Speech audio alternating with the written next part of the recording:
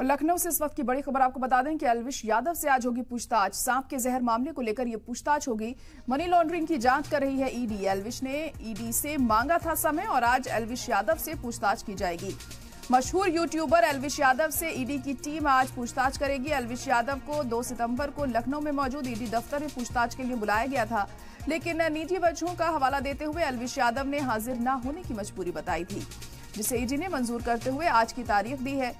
एल्विश यादव के माली लेन देन और सांप के जहर मामले को लेकर सवाल भी किए जा सकते हैं। तो आज पूछताछ होगी एल्विश यादव से। सांप के जहर मामले को लेकर लगातार उनकी दिक्कतें बढ़ती जा रही हैं। इससे पहले ईडी ने जब उन्हें बुलाया था तो उन्होंने आगे की तारीख बढ़ाने की अपील की थी, जिसके बाद ईडी ने उनकी बात मानते हुए तारीख को आगे बढ़ाया और आज का दिन मुकर्रर किया उनसे पूछताछ के लिए। अब पूछताछ में क्या कुछ सवालों का सामना एल्विश यादव को करना होगा और किस तरीके से वो जवाब देते हैं और क्या ईडी उनके जवाबों से मुतमईन होती है, ये भी अहम होगा यहाँ पर देखना। तो बड़ी और अहम खबर इस वक्त आपको बता रहे हैं कि एल्विश यादव से आज पूछताछ होगी।